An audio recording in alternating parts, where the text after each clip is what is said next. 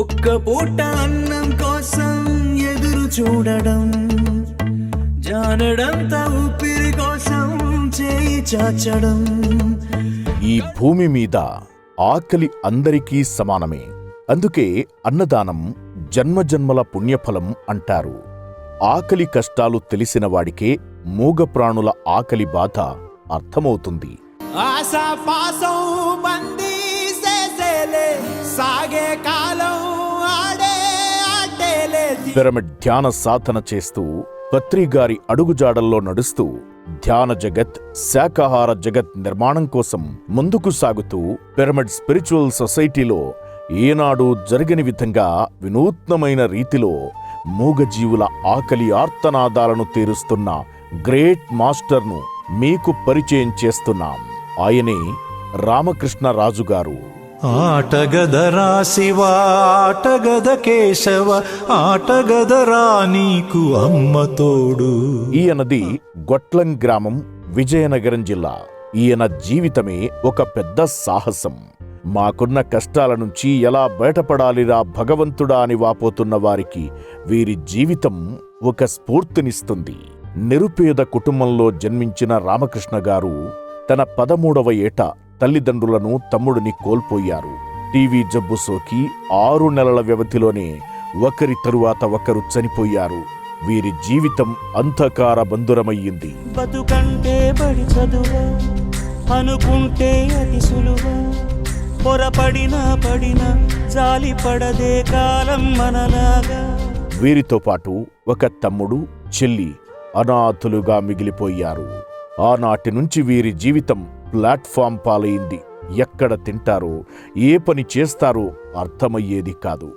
రోజుకొక పని, రోజుకొకరి చేత తిండి, దొరికిన చోట పని చేసుకోవడం, అలసట వచ్చిన చోట నిద్రపోవడం. ఇది రాజుగారి జీవితం. బ్రతకమంటూ బ్రతుకునిచ్చి బ్రతకనివ్వవు వివరమేంటై, ఎవరు అడిగే నిన్ను ప్రాణం, ఎందుకిచ్చావు జీవి జన్మం. చిన్నతనంలోనే బ్రతుకు తెరువు కోసం లారీ క్లీనర్గా పనిలో చేరారు. అలా క్లీనర్గా పనిచేస్తూనే డ్రైవింగ్ మీద పట్టు సాధించారు. అనంతరం ఆర్టీసీలో కొలువు దొరకడంతో వీరి జీవితానికి కొంత ఊరట కలిగించింది. ఆర్టీసీలో పనిచేసిన కొంతకాలానికి వీరి తమ్ముడితో కలిసి కొంత పెట్టుబడితో 2 లారీలు కొని ట్రాన్స్పోర్ట్ వ్యాపారాన్ని ప్రారంభించారు.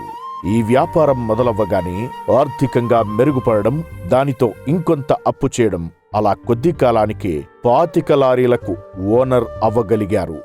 వీరికి వచ్చిన లాభాలలో కొంత డబ్బును ఎప్పుడూ భగవంతుడి సేవ కొరకు వినియోగించేవారు రామకృష్ణరాజు గారు. ఎందుకంటే దానం చేస్తే డబ్బు వస్తుందన్న నమ్మకం వీరిది. అలా వీరు ఎప్పుడూ తమకు వచ్చిన డబ్బు నుండి అన్నదానాలు, దేవుడి పూజలు, యజ్ఞయాగాలు చేస్తుండేవారు. దానితో వీరి తమ్ముడు వస్తున్న డబ్బుని దాన ధర్మాల పేరుతో నాశనం చేస్తున్నామని వ్యాపారం నుండి వేరు అయ్యారు. ఆ విధంగా వ్యాపారం నుండి వేరు అయి సొంతంగా వ్యాపారం చేస్తున్న క్రమంలో క్రమక్రమంగా వ్యాపారంలో నష్టాలు రావడంతో వీరికి ఉన్న లారీలు, అలాగే ఉన్న ఇల్లు కూడా అప్పులు కట్టుకోలేకపోవడంతో అప్పుల వాళ్లు జప్తు చేసుకున్నారు. ఉన్న ఆస్తులు పోయి పూరి గుడిసెలో ఉండాల్సొచ్చింది. ఆ సమయంలోనే వీరికి ధ్యానం పరిచయమయ్యింది. సామాన్యుని మహాజ్ఞానిగా మార్చేది ధ్యానం, లోలోని దివ్య శక్తిని చూపేది ధ్యానం.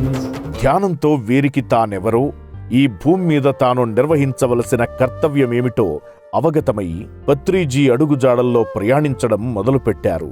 అలా వీరు ధ్యానంలోకొచ్చిన కొద్ది కాలానికే రామకృష్ణరాజు గారు సంపాదించిన ఆస్తి కోల్పోయినప్పటికీ నమ్మకం వదలకుండా ధ్యానం మరి గురువు పట్ల విశ్వాసంతో ధ్యాన ప్రచారాన్ని కొనసాగించారు. ఈ క్రమంలో అరకు ఏజెన్సీ ప్రాంతంలో ధ్యాన ప్రచారం చేస్తున్న క్రమంలో 100 కోతులు ఆహారం కోసం రోడ్ల మీదికొచ్చి వేచి ఉండడం చూసి ఈ మూగజీవుల ఆకలి తీర్చాలి అని నిశ్చయించుకున్నారు. ఆనాటి నుండి ప్రతివారం విజయనగరం నుండి పిరమిడ్ మాస్టర్ సహకారంతో అరటిపళ్లను తీసుకువెళ్లి వానరాల ఆకలి తీరుస్తున్నారు రామకృష్ణరాజు గారు. ఓడలు బళ్ళవుతాయి, బళ్ళు ఓడలవుతాయని మనం వింటుంటాం. కానీ ఈ మాస్టర్ మాత్రం ఏది ఏమైనా నిత్య అనిత్య పరిత్యాగి అయ్యారు. తానేంటో అసలైనది ఏంటో తెలుసుకోగలిగారు.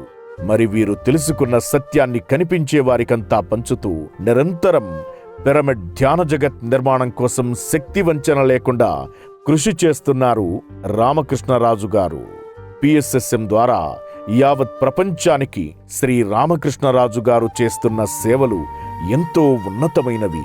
శ్రీ రామకృష్ణరాజు గారికి యావత్ పిరమిడ్ ధ్యాన ప్రపంచం తరపున హృదయపూర్వక కృతజ్ఞతల్ని తెలియజేస్తుంది పిఎస్ఎస్ఎం. జయ హో పత్రిజీ, జయ జయ హో పితామహ పత్రిజీ. शिव